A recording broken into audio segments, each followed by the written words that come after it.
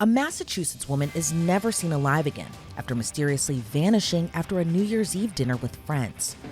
Anna was 39 years old and mother of 3 children, 2, 4, and 6.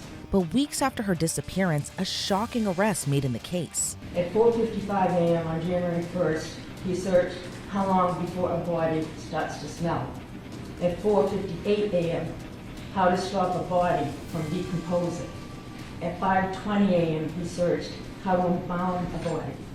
At 5:47 a.m., 10 ways to dispose of a dead body if you really need to. At 6:25 a.m. on the 1st, how long for someone to be missing to inherit.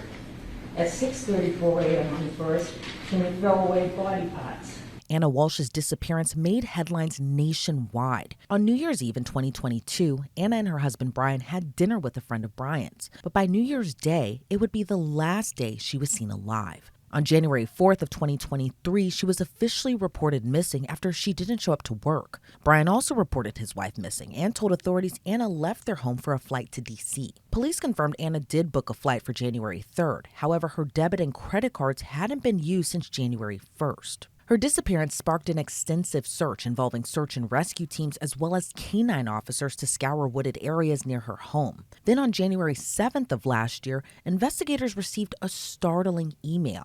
It said, "We had the so-called Anna Walshe with us. We had a deal worth $127,000. She messed up. We have her here with us. And if she doesn't pay the money, then she'll never be back. And we know that the police and the FBI are involved. Good luck finding us." According to authorities, the email was sent from the Gmail account of Richard Walker 9984. Authorities flagged the email as suspicious. But a day after the email was sent, the investigation took another turn.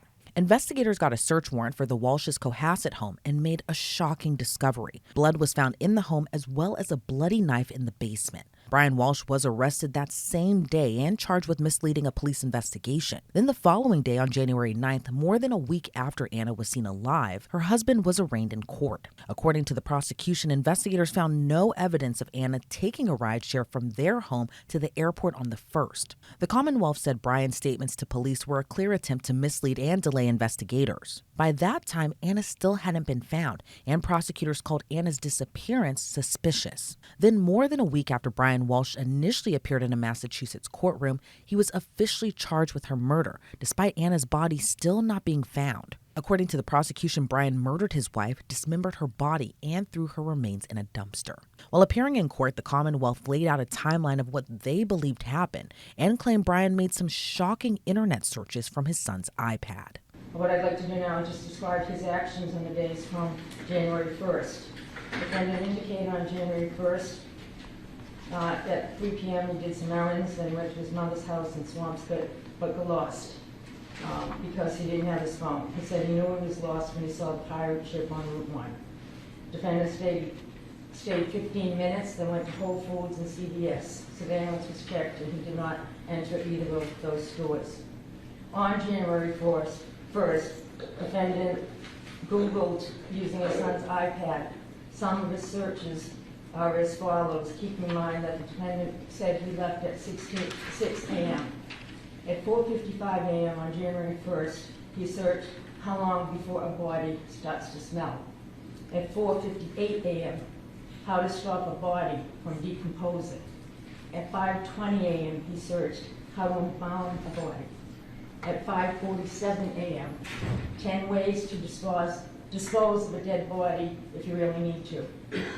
At 6:25 a.m. on the 1st, how long for someone to be missing to inherit. At 6:34 a.m. on the 1st, can you throw away body parts? At 9:29 a.m., what does formaldehyde do? At 9:34 a.m. on the 1st, how long does DNA last? At 9:59 a.m., can identification be made on partial remains? At 11:34 a.m., dismemberment and the best ways to dispose of a body. At 11:44, how to clean blood from wooden floor. At 11:56 on the 1st, luminol to detect blood. At 1:08, what happens when you put body parts in ammonia? At 1:21 p.m., is it better to throw crime scene clothes away or wash them? Those were on the January 1st. There was also information gained from the defendant's phone which showed on January 2nd he was at Home Goods in Norwell where he purchased 3 rugs. There were also more Google searches on January 2nd. At 12:45 p.m., PAC saw best tool to dismember. At 1:10 p.m., can you be charged with murder without a body? At 1:14 p.m., can you identify a body with broken teeth? On January 2nd, following those, the defendant was seen on surveillance at the Home Depot in Rockland. In checking the surveillance, the defendant is observed on a security camera pushing a cart. Items included cleaning products, mops, brushes, tape, towel, a Tyvek suit with boot covers, buckets, goggles, baking soda, a hatchet. He had a face mask and rubber gloves on at the time he was pushing the cart in Home Depot. At 5:32, he was seen at the Derby Street in Hingham, now removing the gloves and the mask. Data from his phone also tracked his whereabouts on January 3rd. Locations were traveled at 4:27 on January 3rd from an apartment complex in Abington. Surveillance shows the defendant's Volvo, as well as a male fitting the defendant's appearance, exit a car near the dumpster. He walks to the dumpster carrying a garbage bag. He's leaning, and it appears to be heavy as he has to heft it into the dumpster. He walks to the dumpster with the garbage bag and leaves it. On 4:48, he hit another complex in Abington, and at 5:10 p.m., cell phone shows records at another apartment in Brockton. Video shows a party consistent with his appearance and his Volvo. Again, he discarded items in the dumpster. On January 3rd, that same day, at 1:02 p.m., he did some more Google searches. What happens to hair on a dead body? At 1:13 p.m., what is the rate of decomposition of a body found in a plastic bag compared to on a surface in the woods? At 1:20 p.m., can baking soda mask or make a body smell good? On January 4th, the following day, the defendant went to Home Goods and TJ Maxx. He purchased towels as well as bath mats and men's clothing. At 4:15 that day, on the 4th, he went to Lowe's where he purchased squeegees and a trash can. On January 4th, when Cohasset Police went to the house on a well-being check, officers observed his Volvo with seats down and a plastic liner in the back of the car. The next day, a view of the Volvo showed his seats folded down, floor mats with some dirt, and the carpet appeared to show fresh vacuum streaks. When asked about the liner, the defendant said he threw in the trash. Chemists later analyzed the car, and there was present blood in the car. On January 5th, review of the data from defendant's phone showed his phone traveled at 8 a.m., first to his daycare and then to Swampscott, where his mother resides. The phone traveled to the complex where his mother lives at 9:30 a.m., went for about 5 minutes around the building to the southeast corner. In the southeast corner of that complex is where there was a dumpster. The dumpster was later secured and searched. On January 8th, police and crime scene services searched the house in Cohasset. They found blood in the basement, a knife with the presence of blood. The knife was damaged. A second knife was also found in that basement. In addition, there was heavy-duty large top plastic liners purchased from that Home Depot trip. As part of the investigation, police checked for activity on honest credit cards, bags, flights, trains. There was no activity since she was last seen on January 1st. Police also tried to track down what happened to the bags that the defendant was seen throwing in the dumpster earlier. This was over in Abington. These bags and what was in them were already picked up and taken to a location for shredding and being incinerated. By the time police located that, they were already destroyed. However, investigators did secure and search the dumpsters from defendant's mother's complex in Swampscott. It was searched at a transfer station in Peabody. Investigators recovered 10 trash bags.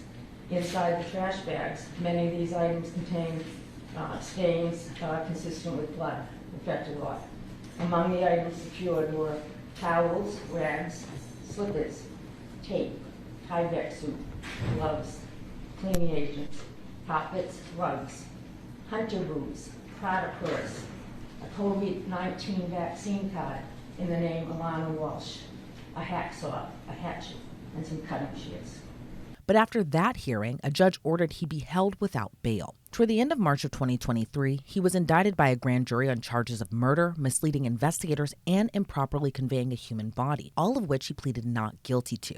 But in April of that same year, more details were released. Investigators say Anna had taken out a nearly $3 million life insurance policy where her husband was the sole beneficiary. But according to Brian's defense attorney, there isn't evidence he needed the money because his mother was wealthy. The case would take more unexpected twists, even while Brian remained locked up. But court documents would give more insight into the relationship between Brian and Anna. It was revealed in court documents their relationship was strained. A friend of Anna's told investigators she was planning to move to D.C. full-time with her children. But it was also revealed there was another man in Anna's life. According to court documents, Anna had an affair with a man in Washington, D.C., and even spent Thanksgiving with him in Ireland and spent Christmas Eve with him before going missing. The man told investigators he and Anna dated for several months. The two were planning on celebrating New Year's together on January 4th. But Anna reportedly stayed with her husband after giving him an ultimatum while he waited for sentencing for art fraud. In 2021, Brian pleaded guilty to 3 federal fraud charges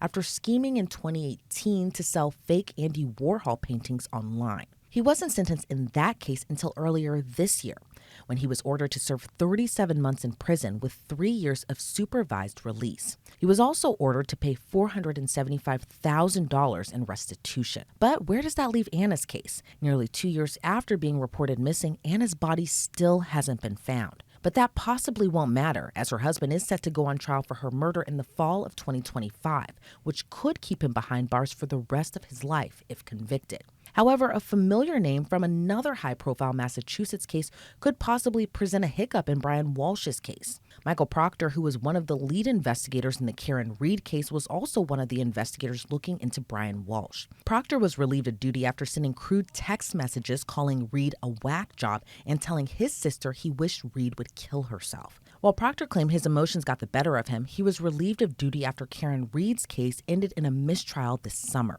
But Brian Walshe's defense attorneys are seeking emails and texts from him. But in this case, the federal government and the Norfolk County District Attorney's Office were essentially working together.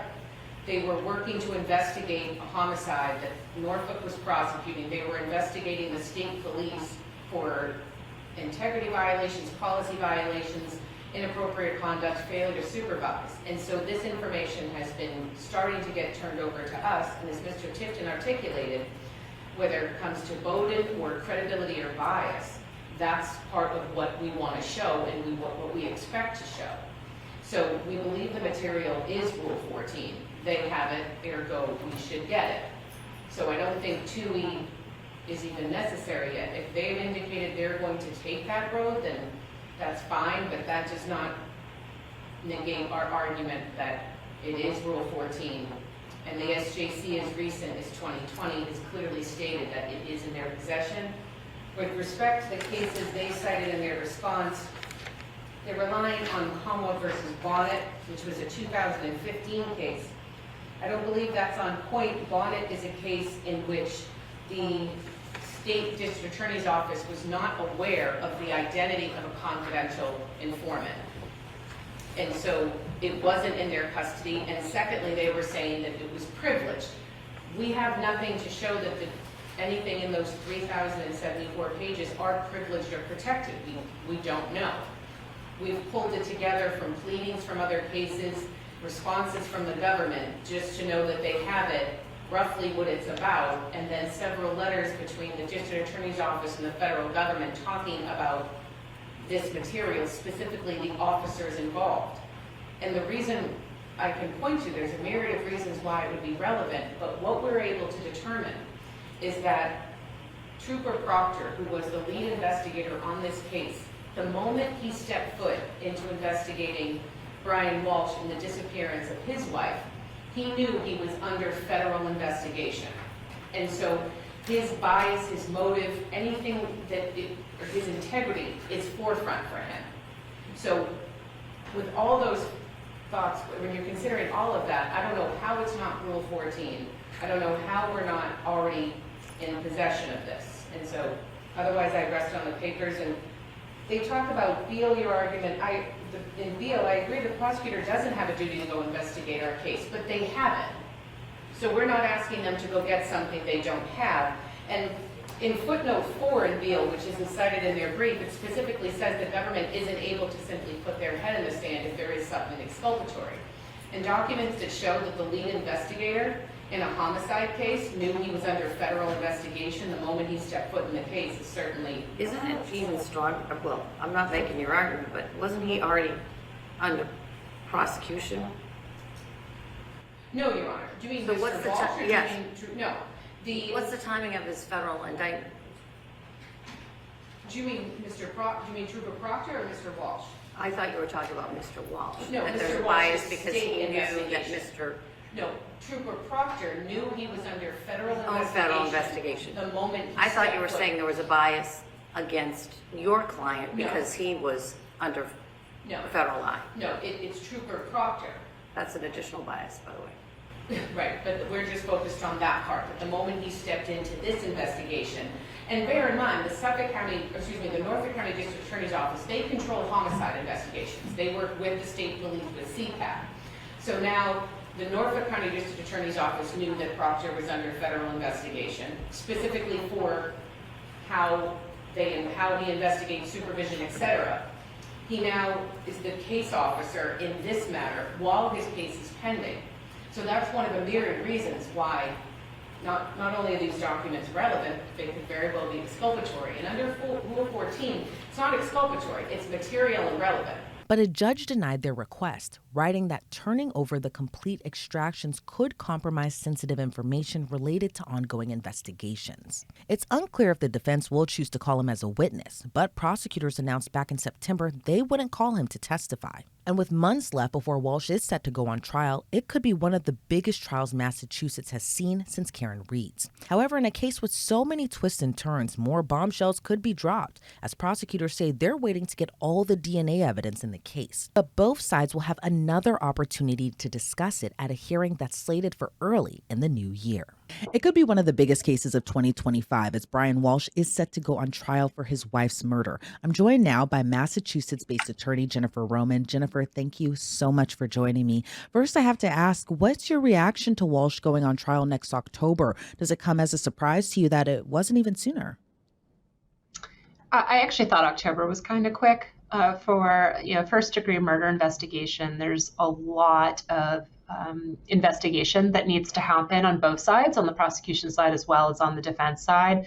And so that alone can slow things down. But then we just also have a court system that's so incredibly backed up. So having a trial date scheduled for October of 2025 on a case that started in January 2023 seems about right to me, given just the amount of investigation and the full docket that our courts have here.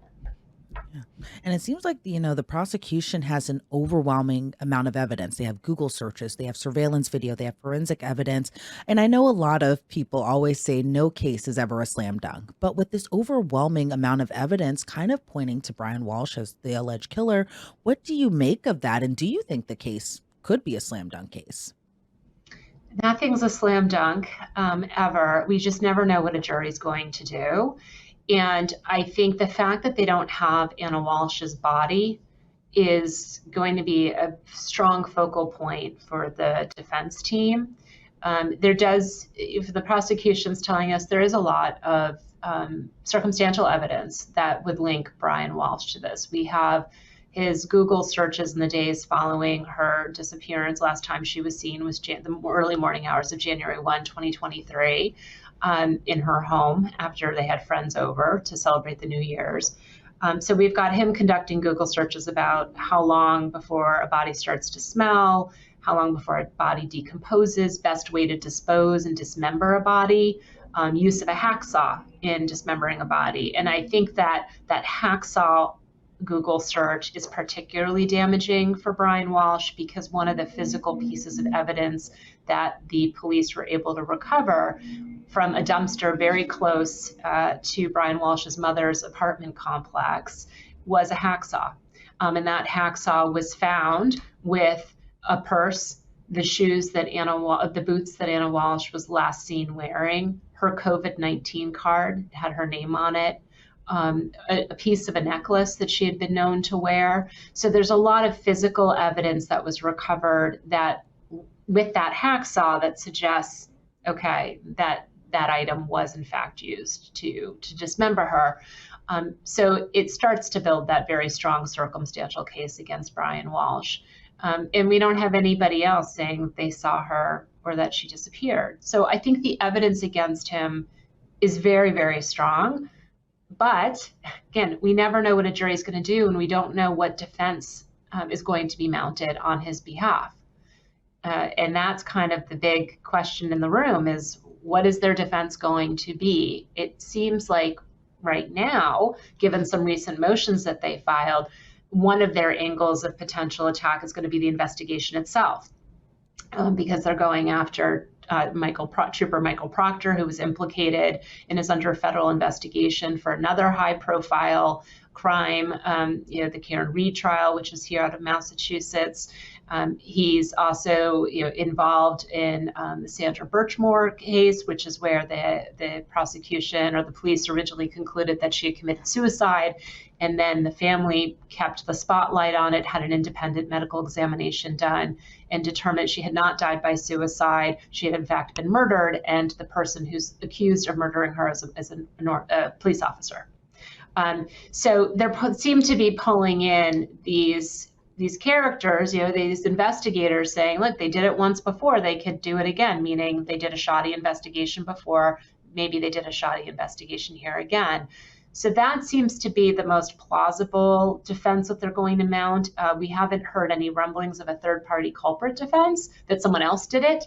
That seems like that would be very difficult for the defense to mount, considering the physical evidence that was found at Brian Walshe's mother's apartment complex, right? That's too much of a coincidence. So it does seem like they're going to attack the integrity of the investigation. And that was a big part of the Karen Reed defense that recently went to trial, and that ended in a mistrial. So we don't know. You never know what a jury is going to do. I certainly think the evidence is strong. I think it's compelling, but we haven't seen the defense yet, and that could change things. Yeah, and that Michael Proctor kind of tie-in really was kind of surprising to see in this case. The prosecution for the Brian Walshe case has said that they are not going to call him to testify, which, considering everything that's going on, I'm not too surprised by them making that admission. But do you think the defense could call him kind of in hopes that the jury will see these, prior bad acts in a way that, got him tossed off of the case, one in the Karen Reed trial, but also relieved of his duty? Yeah, I think it would be the defense is going to need more than the link of it was Trooper Proctor in both cases to be able to pull in these alleged prior bad acts by Trooper Proctor. There's going to need to be more of a link to that same unprofessional and shoddy police work in this case, as he was accused of doing in the Karen Reed case. Right now, we're not hearing that that's what happened here. But again, we don't know. I mean, the prosecution has said, we haven't gone through all the records. There's an ongoing federal investigation, which is sort of shielding Proctor from the state level. And the prosecutor's office can't release certain evidence right now because there's this federal investigation. So I think right now it's a tree definitely for the defense to bark up, but we just don't know where that's going to go yet. But we should know soon. Yeah, and I'm sure there'll be a lot more to divulge later on, especially once we get more into that. Going back to just the crime itself, what are your thoughts on what Walshe is accused of? Not only murdering his wife, but allegedly dismembering her body and throwing her remains away like trash. It's been years now. Her body still hasn't been found. But what does that all say to you, especially with the level of planning when we kind of tack on these Google searches that were made as well, too? This crime is these allegations in this case are particularly disturbing. It is such an intimate, violent crime. And the parties had children. who were in the home when this murder and dismemberment allegedly happened. And so this kind of intimate partner violence and homicide, I think, always adds a component of just a sense of just being horrified by it. But then you tack on the other facts of this case, that the allegations are this dismemberment, the allegation of basically throwing parts of her body in various dumpsters and who knows where else to try to hide the evidence.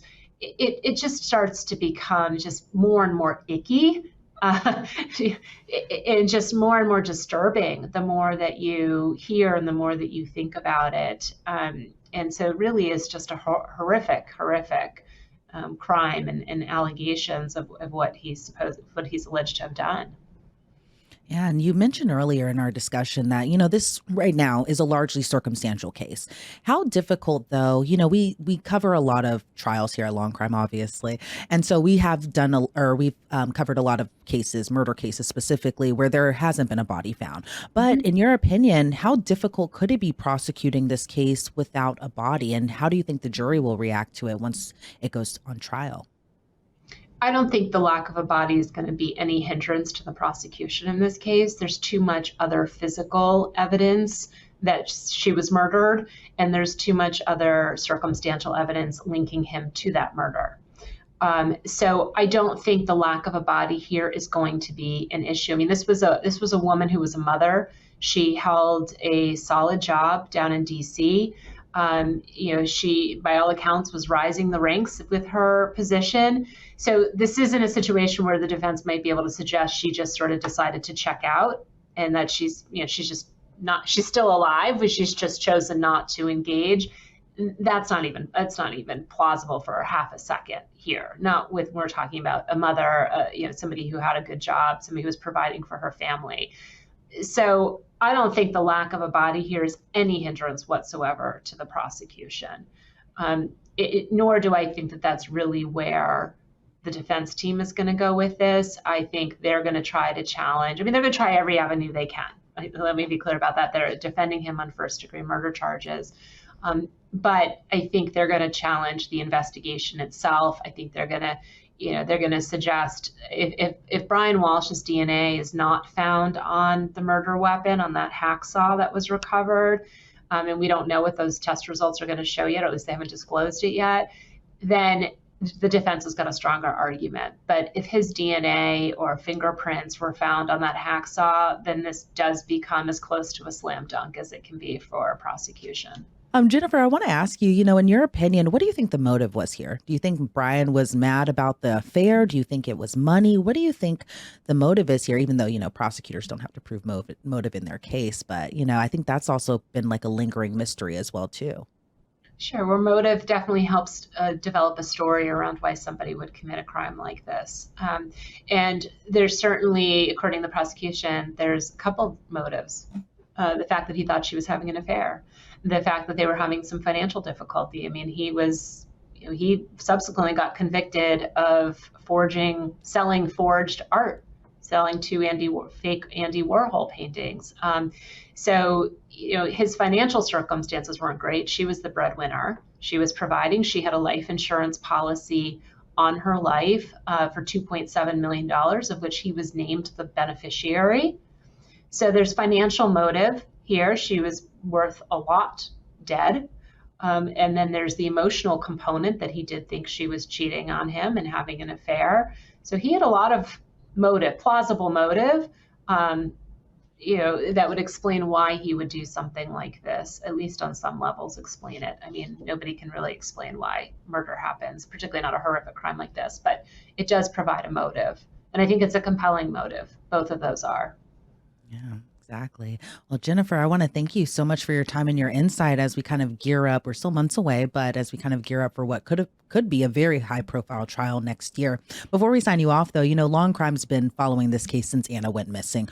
Why do you think people are so captivated by this case? I think there's a couple of components. I mean, one, I think it's the intimate partner violence that does tend to capture us because so many people are in relationships or have children and clearly made the children with somebody, so they have that partner connection. And I think that when you hear about somebody being murdered, but then being murdered under these circumstances, it's just compelling. It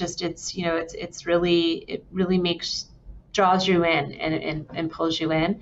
I think the fact too that they were this attractive couple. I mean, she was a beautiful woman and successful, and is checked so many of like the American dream boxes. And you see something like this happen to somebody like that who outwardly seemed to be living a perfect life. That's jarring to people, right? That also gets your attention. So I think there's a lot of components of this case that are interesting and disturbing and sort of speak to people. Yeah, and I'm sure come trial we'll learn a lot more, especially in this case. Jennifer, again, thank you so much for your time today. I really appreciate it. Very welcome. A motion hearing on the DNA testing is slated for January 8th of 2025. Brian Walshe is scheduled to go on trial on October 21st of the same year. Reporting for Law and Crime, I'm Elizabeth Millner.